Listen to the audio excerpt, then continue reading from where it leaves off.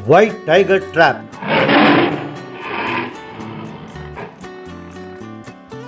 नलमला के जंगलों में एक गांव था। क्योंकि वो गांव जंगलों से घिरा हुआ था तो कभी कभी जंगली जानवर गांव में आकर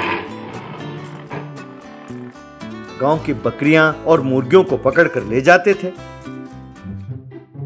एक दिन सब गांव वाले मिलकर गांव के मुखिया बाजवा के पास गए। बाजवा से सोनाक्षी नाम की औरत। क्यों भाई बाजवा, घर में सो रहे हो क्या? हम तुम्हें कितनी बार कह चुके हैं हमारे गांव से पशु गायब हो रहे हैं। या तो इस समस्या का कोई हल ढूंढो या तुम अपने पद से इस्तीफा दे दो।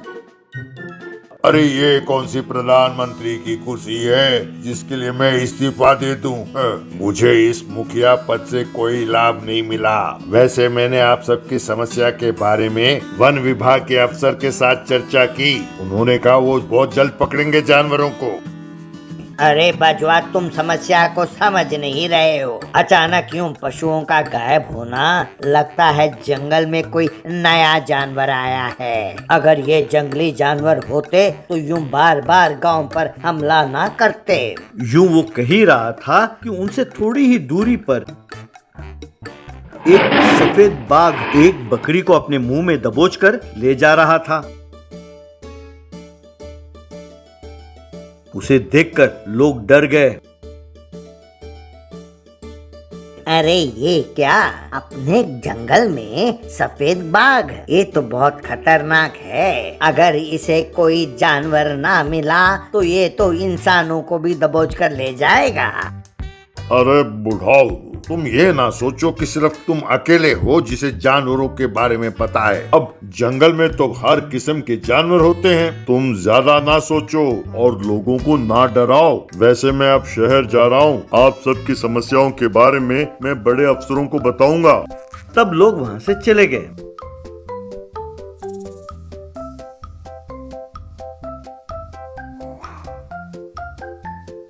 लेकिन बहुत दिन होने के बाद भी कोई अफसर नहीं आया। वो सफेद बाघ आकर बकरियों को और मुर्गियों को लेकर जाने लगा। तब दिव्या नाम की लड़की ने बड़े अफसर को एक लेटर लिखा। तब उन अफसरों ने जसप्रीत नाम के एक वन विभाग के अफसर को उस गांव में भेजा।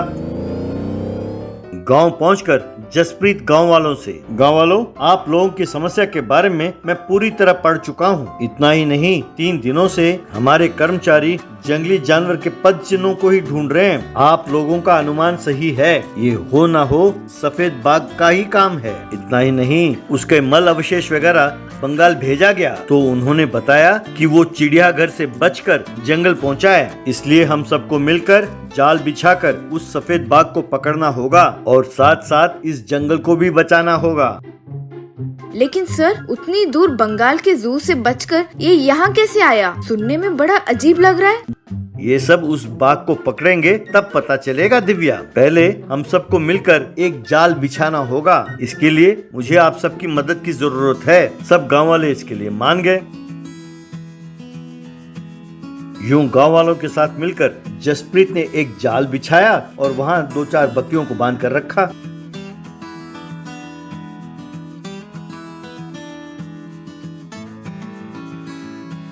यूं कुछ दिनों तक लोग बकरी के पास पहरा देने लगे। लेकिन कुछ दिनों से सफेद बाघ नहीं आया। एक दिन रात को सफेद बाघ बकरी के पास आया।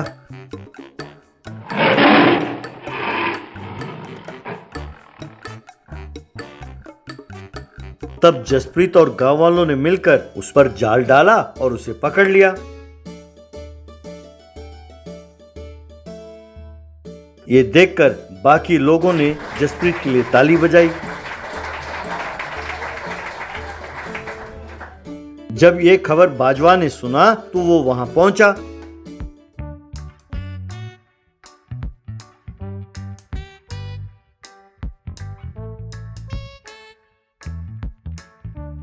क्यों भाई, तुम ही जसप्रीत हो? सुना है बिन बुलाए मेहमान हो तुम।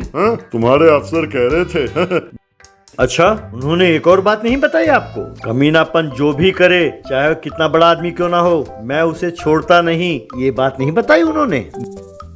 हाँ ठीक है, जिस काम से आए थे वो काम हो गया ना। अब चलो चलो यहाँ से।